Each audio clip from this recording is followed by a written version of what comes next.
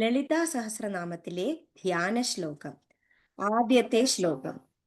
സിന്ദൂര അരുണ വിഗ്രഹാം ത്രിനയനാം മാണിക്യ മൗലീസ്ഫുരത്ത് താരാ നായക ശേഖരാം സ്മിതമുഖീം ആപീന വക്ഷോരുഹാം പാണിഭ്യാമം അളിപൂർണ രത്ന ചഷകം രക്തോത്ഫലം ബിഭ്രതീം സൗമ്യാം രത്ന ഘടസ്ഥ രക്ത ചരണാം ധ്യായേത് പരാം അംബികാം.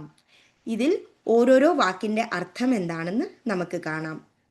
സിന്ദൂര, അതായത് എങ്ങനെയാണോ ഒരു സിന്ദൂരത്തിന്റെ നിറം, അരുണ, ആ ചുവപ്പ് സൂര്യരശ്മികൾ സന്ധ്യാനേരത്തെ, വിഗ്രഹം, ദേവിയുടെ ആ രൂപം, ത്രി എന്നാൽ മൂന്ന്, നയനാം കണ്ണുകൾ, മൂന്നാമത്തെ കണ്ണ് ജ്ഞാനദൃഷ്ടിയെ കുറിക്കുന്നു. മാണിക്യ, അതായത് വളരെ വിലപിടിപ്പുള്ള രത്നങ്ങൾ കൊണ്ട്, മൗലി ആ കിരീടം, സ്ഫുരത്ത് അങ്ങനെ തിളങ്ങി നിൽക്കുന്നു, താര അതായത് നമ്മുടെ നക്ഷത്രങ്ങൾ, നായക, നായക എന്നാൽ നേതാവ്. അപ്പോൾ താരാനായക എന്നാൽ താരങ്ങളുടെയൊക്കെ നേതാവ് ചന്ദ്രൻ. ശേഖരാം, ആ കിരീടത്തിന്റെ ഏറ്റവും മുകളിലായിട്ട് സ്ഥിതി ചെയ്യുന്നു. സ്മിത, പുഞ്ചിരി, മുഖിം, ആ ഒരു മുഖം. ആപീന, വളരെ വാത്സല്യത്തോടു കൂടി. വക്ഷോരുഹാം, ആ ദേവിയുടെ മനസ്സ്, ഹൃദയം. പാണിഭ്യാമ, രണ്ട് കൈകൾ. അള്ളി, അതായത് വണ്ടുകളൊക്കെ അങ്ങനെ മൂളി മൂളി നടക്കുന്നത്. പൂർണ്ണ, മുഴുവനായിട്ട്. രത്ന, വളരെ വിലപിടിപ്പുള്ള രത്നങ്ങൾ കൊണ്ട്. ചഷകം, അതായത് ആ ഒരു ചെറിയ കുംഭ നിറയെ വീഞ്ഞ് നിറഞ്ഞു നിൽക്കുന്നു. രക്ത, അപ്പോൾ ആ ഒരു രക്ത നിറത്തിൽ.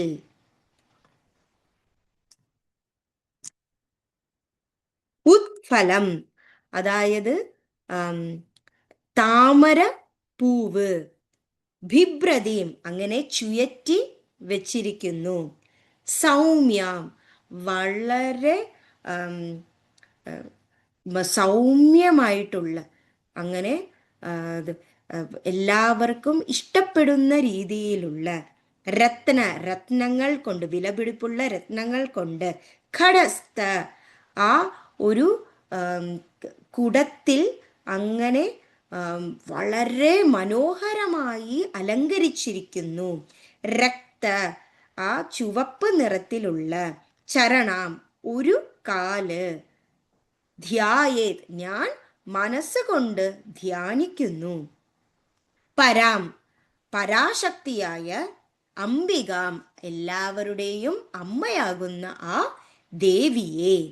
അപ്പോൾ ഈ ശ്ലോകത്തിൽ, ധ്യാന ശ്ലോകത്തിൽ നമ്മൾ ദേവിയെ ധ്യാനിക്കുന്നു. എങ്ങനെയുള്ള ദേവി? ആ ദേവിയുടെ ശരീരമാണെങ്കിൽ ആ സന്ധ്യാനേരത്തെ സൂര്യരശ്മികൾ എങ്ങനെയാണോ ചുവന്ന നിറം കൊണ്ട് അങ്ങനെ തിളങ്ങുന്നത്, അതുപോലെ കാണപ്പെടുന്ന ദേവിയുടെ ശരീരം. ആ ദേവിക്ക് 3 കണ്ണുകളുണ്ട്.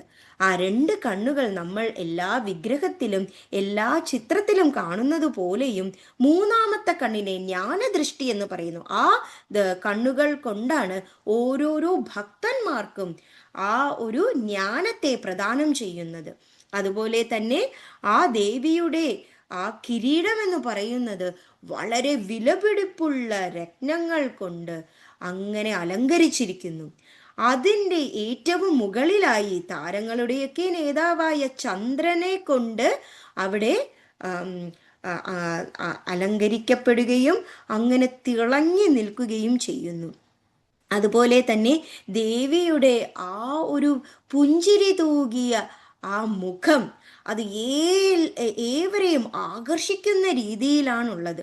അതുപോലെ തന്നെ ദേവിക്ക് ഉള്ള ആ ഒരു മനസ്സ്, അത് ഹൃദയം, അത് എല്ലാ ഭക്തന്മാർക്കുമുള്ള വാത്സല്യത്തെ കോരിച്ചൊരിയുവാൻ വേണ്ടി നിറഞ്ഞു തുളുമ്പി നിൽക്കുന്നു. അതുപോലെ തന്നെ ദേവിയുടെ 2 കൈകളിൽ ആ കൊച്ചു കുംഭത്തിൽ നിറയെ വീഞ്ഞുമായി നിൽക്കുമ്പോൾ ആ ഒരു വീഞ്ഞിനെ മധുരിക്കാൻ വേണ്ടി വരുന്ന വണ്ടുകളുടെ കൂട്ടം അങ്ങനെ മൂളി മൂളി നിൽക്കുന്നു. അതുപോലെ ദേവിയുടെ ആ കയ്യിൽ 2 ചെന്താമര വെച്ചുകൊണ്ട് അങ്ങനെ ചുയറ്റി നിൽക്കുകയും ചെയ്യുന്നു. പിന്നെ ദേവിക്ക് ഒരു കുടത്തിൽ അങ്ങനെ രത്നങ്ങളൊക്കെ പതിച്ച ആ കുടത്തിൻ്റെ മുകളിലായിട്ട് ചുവന്ന വളരെ മൃദുലമായ കാല് അങ്ങനെ വെച്ചിരിക്കുന്നു. അങ്ങനെയുള്ള ദേവിയെ ഞാനിതാ ധ്യാനിക്കുന്നു. സിന്ദൂരാരുണ വിഗ്രഹാം ത്രിനയനാം മാണിക്യമൗലി സ്ഫുരത് താരാനായക ശേഖരാം സ്മിതമുഖീം ആപീനവക്ഷോരുകാം പാണിഭ്യാം അളിരത്നപൂർണ രത്നചര ചഷകം രക്തോത്ഫലം ബിഭ്രതീം സൗമ്യാം രത്നഖടസ്ഥ രക്ത ചരണാം ധ്യായേത് പരാമംബികാം. Thank you.